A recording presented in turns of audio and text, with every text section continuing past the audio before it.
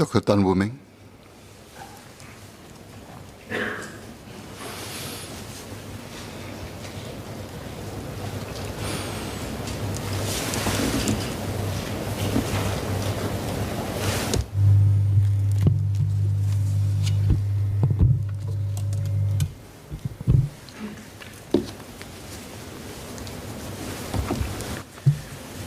Mr. Speaker, I thank the ministers for their detailed statements. I'm a healthcare worker with brothers and sisters in the labor movement, in HSEU, the Healthcare Services Employees Union. I've got brothers and sisters on the TTSH frontline. So it's been very hard for many healthcare brothers and sisters at TTSH. I hear of nurses who've been told by their landlords to move out at short notice. I know of a young mother, newborn at home. Her husband works at TTSH. He's had to move out of the home to keep her and her fellow healthcare workers working at another hospital safe from COVID transmission between hospitals.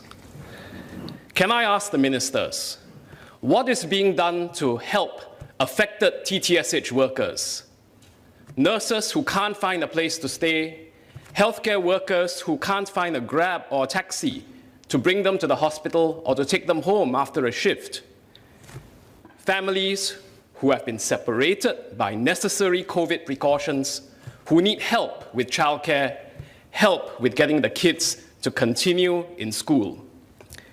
Is there a hotline for affected TTSH staff to call? And can the ministry set up a care team connecting the different government agencies to provide help to affected TTSH healthcare workers, especially for challenges that may be beyond the reach of individual hospital management? Thank you.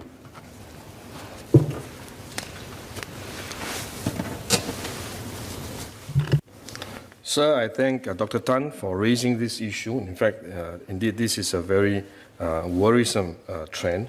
As I mentioned in my speech, we observe some minority of our resident Singaporeans taking steps to protect themselves at the expense of our healthcare workers' well-being. Some of them have been asked to move out of their homes by their landlords. Some of their co-workers are shunning them. I think these are wrong. We are struggling because on one hand, we know this is wrong, but we should not condone such actions. But on the other hand, we are concerned about the well-being of the healthcare workers, and we do need to find ways to help them and support them. So Ministry of Health and the Multi-Ministry Task Force has been working together with the hospitals, Tan Tock Seng Hospital as well as other hospitals, to provide support for the affected workers. In fact, we have moved in to negotiate to arrange with the hotels and accommodation to provide alternatives to these healthcare workers who have been affected. But let me say that this should not be an excuse to the landlords to kick them out. And on the basis that since now there's alternative accommodation, why not just move over to the hotels rather than staying on in the flat? So I think it is still our preference to encourage our landlords to understand the situation, to play their part, to support our healthcare workers in the work that they do. And I also want to urge Singaporeans to also show their support to these healthcare workers because they are putting themselves in harm's way in order to protect us. So let us work together to protect them. Thank you. Mr. Sia Kemping.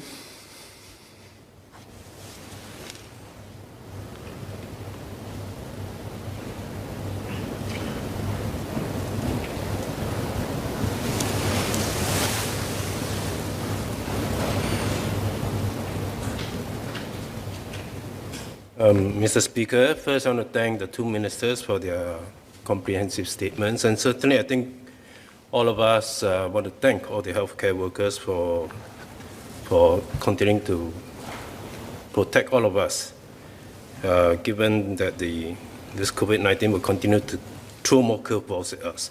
I have a few supplementary questions for the ministers. First, Mr. Gan has mentioned that the vaccination supplies are limited. Indeed, they are, and very precious at that. I would like to ask, number one, I would like to ask first, what other drugs are being tested by HSA? We know that 2 of them have been certified. Sinovac is being tested. What if Sinovac is not approved? Do we have arrangements with the other drug companies that we can increase the supplies from the other 2 companies, so that Singaporeans who have not been vaccinated can be assured that they will certainly get that vaccination? Second supplementary question. I know it's a bit further ahead, but we always like to plan ahead. Booster jabs and second jabs.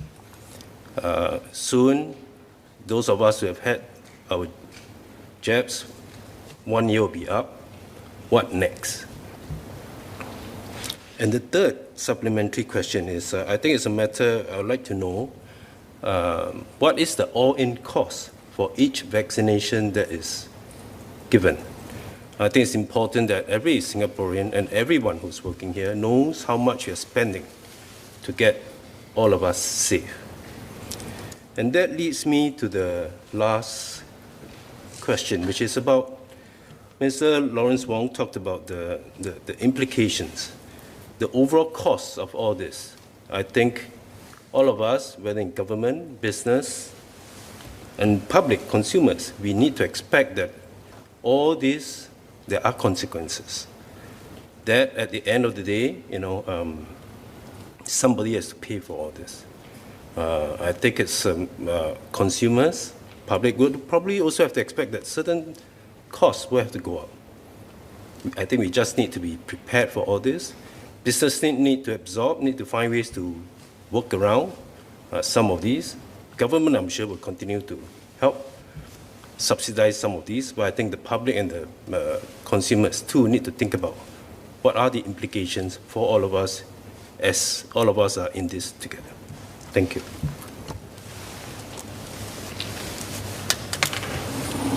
Sir, I thank Mr. Seah for the clarification. First, on the vaccine supply, indeed, the vaccines continue to be limited, and also partly because there are still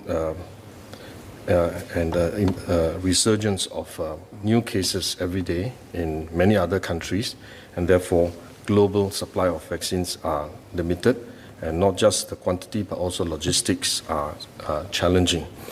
And therefore we need to do what we can to expand to diversify our sources and to ensure that our supplies that we have contracted arrive on schedule, and when we roll out, we encourage Singaporeans to get vaccinated as soon as possible. As to what other vaccines are being studied, we have a diversified portfolio beyond Pfizer, BioNTech, Moderna, and Sinovac. We have several other alternatives with which we have entered into advanced purchasing agreements.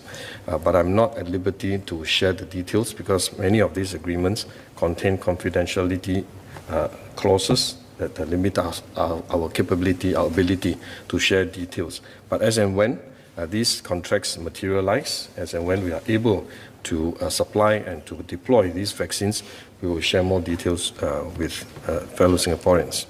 Mr. Seah also asked about booster jabs.